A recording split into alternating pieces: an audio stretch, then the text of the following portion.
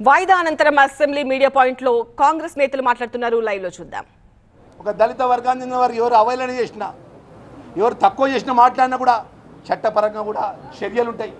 మరి ఆ విధంగా తోటి శాసనసభ్యుడిగా మేము అంత దూరం మాట్లాడకుండా తక్షణమే మేము డిమాండ్ చేస్తున్నాము, జగదీశ్వర్ రెడ్డి గారిని సస్పెండ్ చేయాలని చెప్పి ఈ సభ నుంచి అని చెప్పి మరొకసారి మనవి చేసుకుంటూ యావత్ తెలంగాణ ప్రజానికాన్ని మనవి చేయదలుచుకున్నాం. ఈరోజు దళిత వర్గాన్ని అమ్మినటువంటి బలహీన వర్గాలకు, అట్టడుగు వర్గాలకు ఈ బీఆర్ఎస్ టీఆర్ఎస్ 10 సంవత్సరాలు చేసినటువంటి ఏ ఒక మంచి పరిశీలన కూడా చూపెట్టమనండి.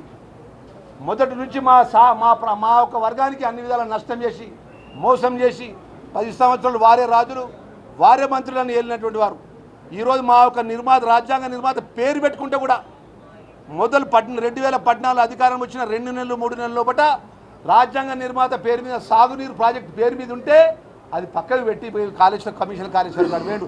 అక్కడి నుంచి మొదలైంది మా అవమానం మా మీద. ఈరోజు సభా సాక్షిగా కూడా మా స్పీకర్ గారు అవమానపరిచినందుకు వారి సభ్యత్వం పరంగా అదేవిధంగా వారి సభ నుంచి సస్పెండ్ చేయాలని మరొకసారి డిమాండ్ చేస్తారు.